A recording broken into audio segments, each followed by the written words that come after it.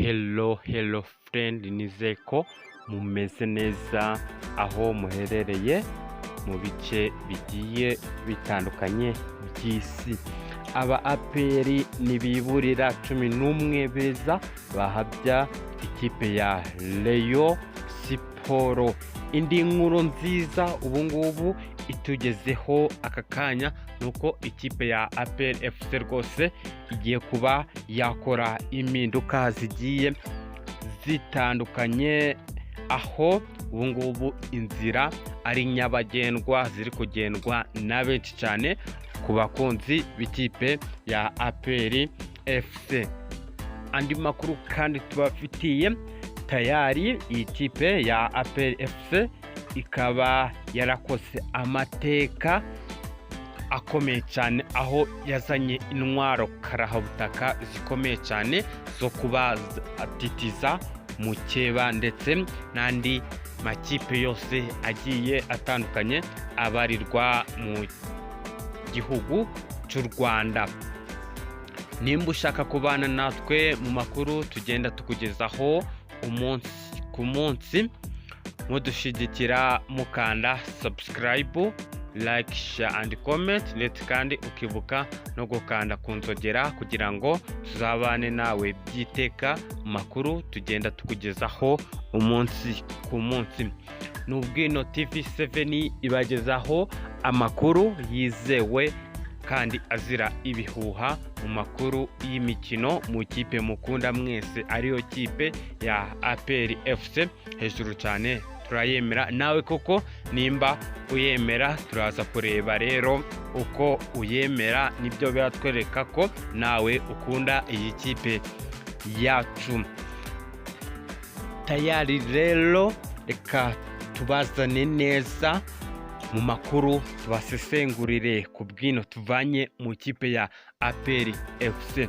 Iyi kipe ya APR FC yakoze amateka akomeye cyane, aho yazanye intwaro twakwita intwaro zikomeye cyane, aho ubungubu iyi kipe ya APR FC itarigeze yiburira ku bakinyi 11 beza bahabya ikipe ya Rayon Sport, cyane cyane dore ko ariyo dukomeje guhangana imbere cyane, ndetse kandi n'andi makipe agiye atandukanye, aho dusangamo umusore wacu wa wundi uca incundura zigacika bakaja kuzidodesha, anariwe bita Mamadusi. Uyu ni umukinnyi tuzi twese hamwe ubarirwa mu kipe ya APR FC, ukora impinduka ndetse agatera penalite, wayireba nawe ukavuga ati koko uyu muntu yashizemo ubwenge.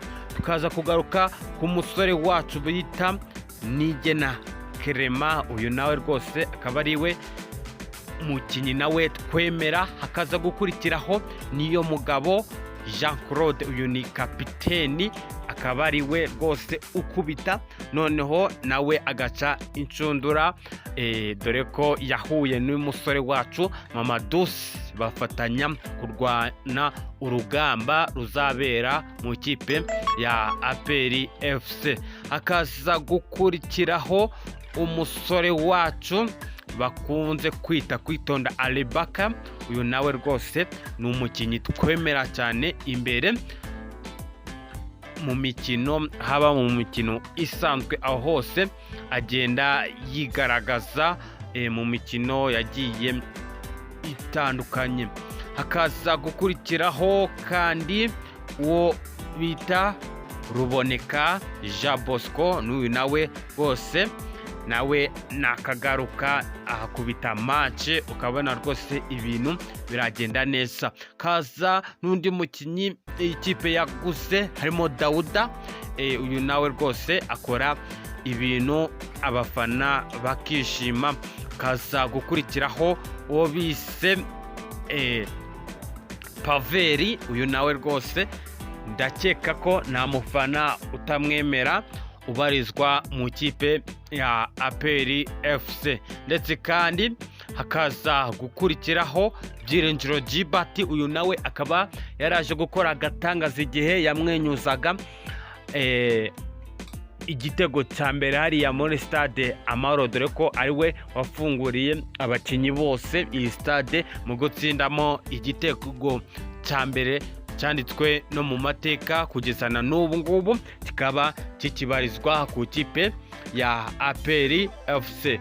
Abo bose rero ni abakinnyi tukubwiye, abakinnyi twakwita ko ari abakinnyi b'ibikomerezwa, ndetse kandi n'abandi nabo ntabwo tubasize, utagira ngo nabo rwose ngo nta kintu bashoboye, nabo barashoboye, aho dusangamo ba Nshimiyimana Yunusu, ba Dushimimana, ba Nibizi, ba Mugisha, na ba Mbaoma, na ba Ishimwe, na ba Aliya Nusu, hakaza gukurikiyeho ba Ndayishimiye na Mugiraneza, na ba Tuyisenge, na ba Kategaya, na ba Kwitonda. Abo bose ni abakinnyi twemera cyane, dore ko hari abakinnyi twemera cyane imbere muri match, dore ko bakina ibintu bikagenda neza. Iyi kipe rero ntabwo yiburira, kuko ibyo ikora byose iba yarabiteguye ndetse ibifitemo n'ubushake